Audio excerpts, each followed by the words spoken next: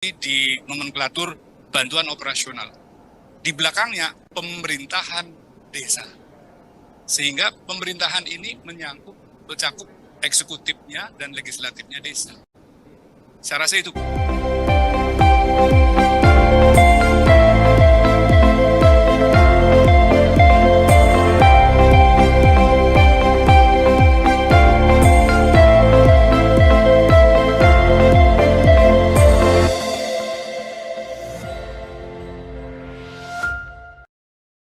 Penguatan kelembagaan pemerintah desa. Padahal struktur pemerintah desa itu tidak hanya desa dan perangkatnya saja, Pak.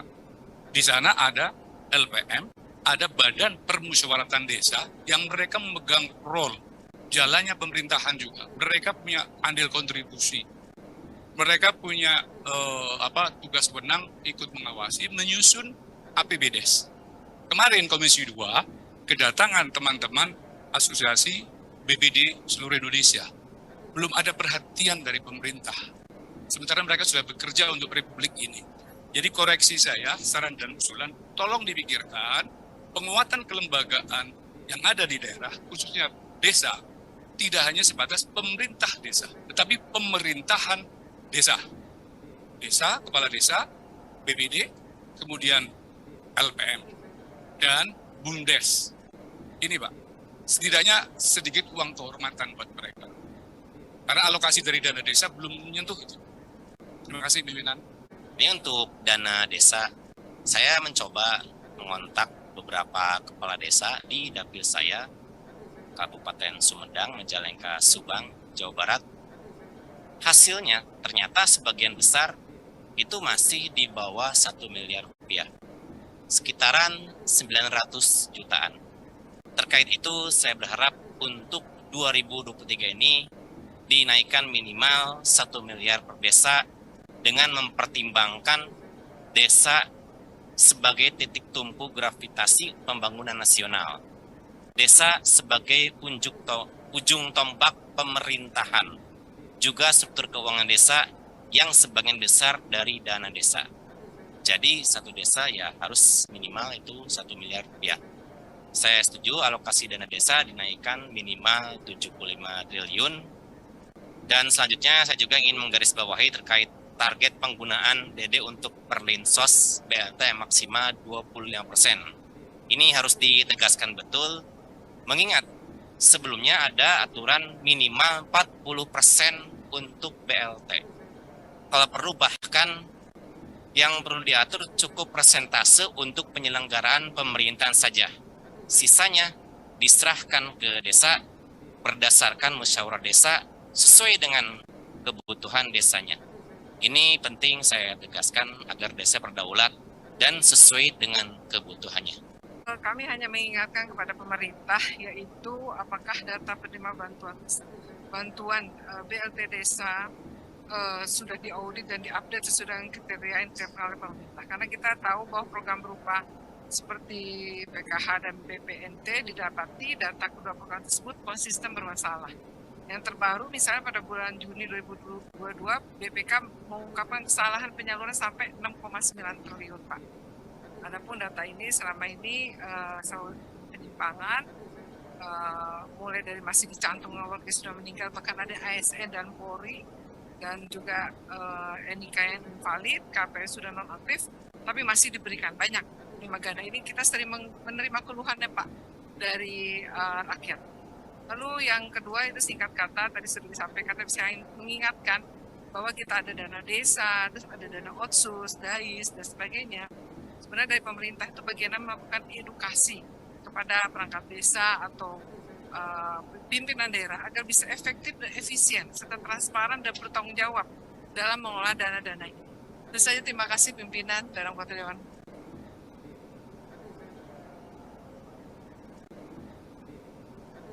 Kemudian yang kedua terkait dengan dana desa. Ini tadi banyak sekali yang menyoroti tentang dana desa. Jadi yang pertama adalah untuk dana desa, memang kebijakan kita untuk ke depan yang kita usulkan, seperti tadi yang kami sampaikan, itu pertama kita tetap akan ada yang namanya BLT. Ya, kenapa ini masih penting? Karena yang namanya BLT ini penting untuk mengadres beberapa isu. Yang pertama adalah isu kemiskinan ekstrim. Nah, ini kita gunakan BLT, dana desa. Kemudian juga untuk menangani stunting, ini juga selain kita gunakan BLT, kita juga punya menu lain di dana desa yang terkait dengan ketahanan pangan, ini juga bisa kita gunakan. Jadi ini juga akan memperkuat bagaimana desa bisa memprovide kebutuhannya terkait dengan ketahanan pangan di desanya masing-masing. Kemudian terkait tadi juga ada concern bahwa yang kita dukung adalah pemerintahan desa, seperti tadi yang disampaikan Pak Agung, ya. Kami sependapat, makanya yang kami sampaikan di sini yang terkait dengan hal tersebut, ini kita menyebutkan adalah salah satu daripada penggunaan daripada dana desa adalah dana operasional pemerintah desa. Jadi di sini juga pemerintah desa maksudnya ya harusnya tidak dimaknai hanya dari eksekutifnya saja, karena perintah desa di sini kan ini berbeda dengan yang ada di Pemda dan berbeda juga ada yang di pusat. Karena kalau di Pemda kan juga yang namanya pemerintah daerah itu kan termasuk DPRD. Nah, ini mungkin nanti kita bisa berikan suatu penajaman ya, sehingga concern tadi untuk bisa melihat kemungkinan tersebut ini bisa kita kaji, Pak, ya, supaya nanti ini bisa kedepannya bisa lebih baik. Pimpinan, instruksi bisa? Ya, silakan. Bisa interaktif pendalaman? Silakan. Ya. Jadi begini, Pak. Undang-undang pemerintah desa ini kan turunan dari undang-undang pemerintah daerah. Di undang-undang pemerintah daerah di sana penyebutan pemerintah eksekutif itu pemerintah kabupaten, pemerintah provinsi, pemerintah kota. Nah, tetapi ketika di undang-undang disebutkan berbunyi pemerintahan, itu artinya adalah eksekutif dan legislatif. Substansinya tadi sudah ada niat bagus dari pemerintah bahwa akan memberikan support ya kepada badan permusyawaratan desa. Tetapi kalau kita hanya berhenti pada bantuan operasional pemerintah desa, di sini malah justru yang timbul masalah. Jadi di desa-desa mereka menganggap bahwa bantuan operasional pemerintah desa adalah untuk eksekutif di pemerintah desa. Tapi kalau ada afirmasi, sekali lagi ini kebijakan afirmasi lagi jadi tren. Karena tadi ketua juga menyampaikan, ya afirmasinya kalau mau mengafirmasi kepada lembaga badan permusyawaratan desa, maka di sana harus dibunyikan, dikunci dengan kata, misalkan mau berhenti di nomenklatur bantuan operasional, di belakangnya pemerintahan desa. Sehingga pemerintahan ini mencakup eksekutifnya dan legislatifnya desa. Saya rasa itu, Pak. Kemarin. Terima kasih Pak Dirjen. Yang terhormat Bapak-Bapak pimpinan Banggar, pimpinan dan anggota Banggar, dan seluruh peserta rapat yang kami hormati.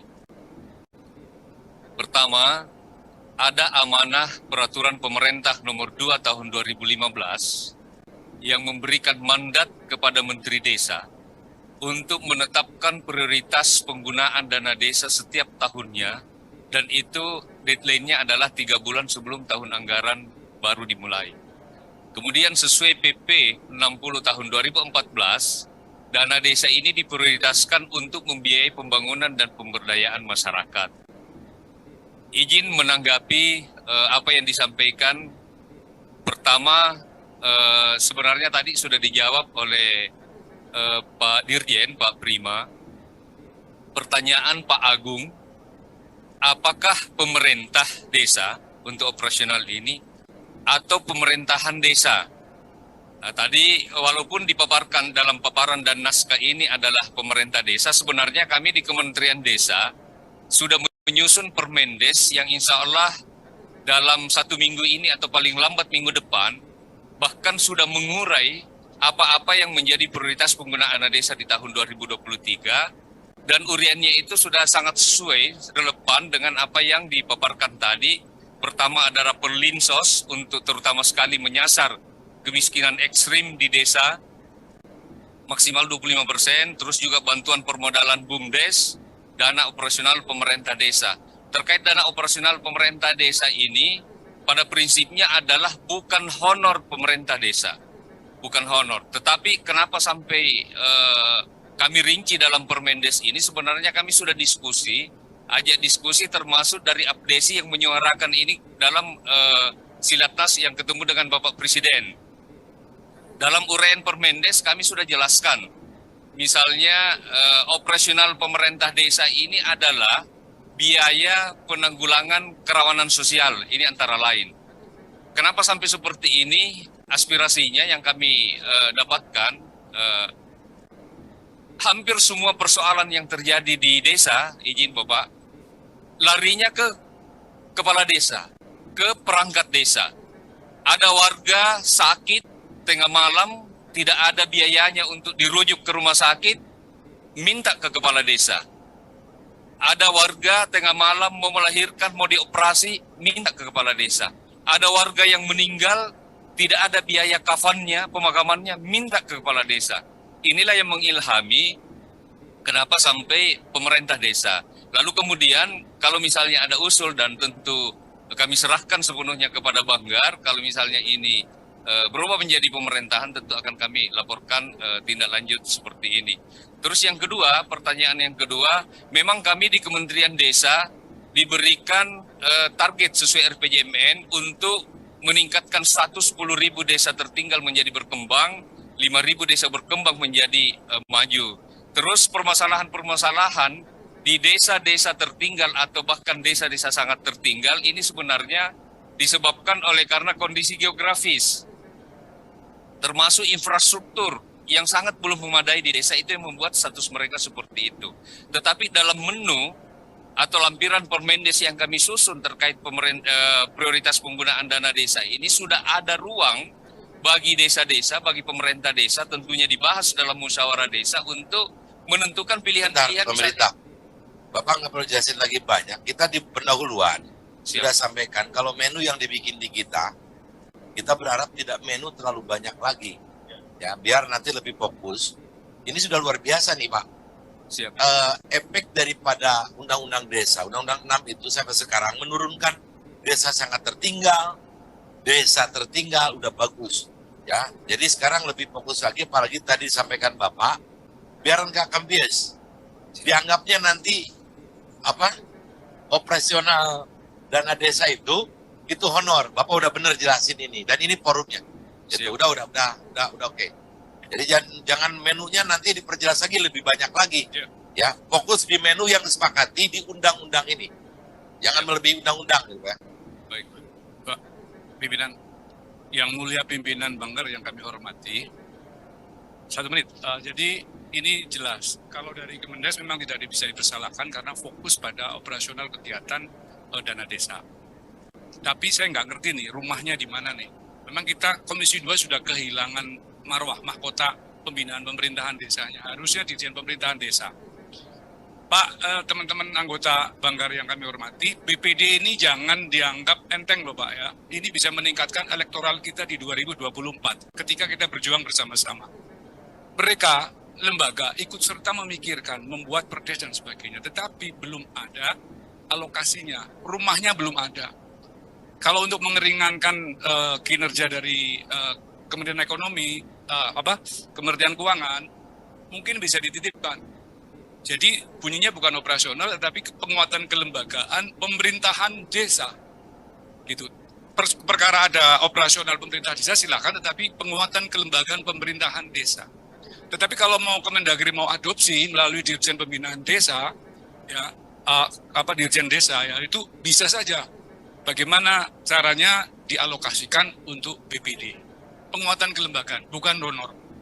Gitu Pak, terima kasih.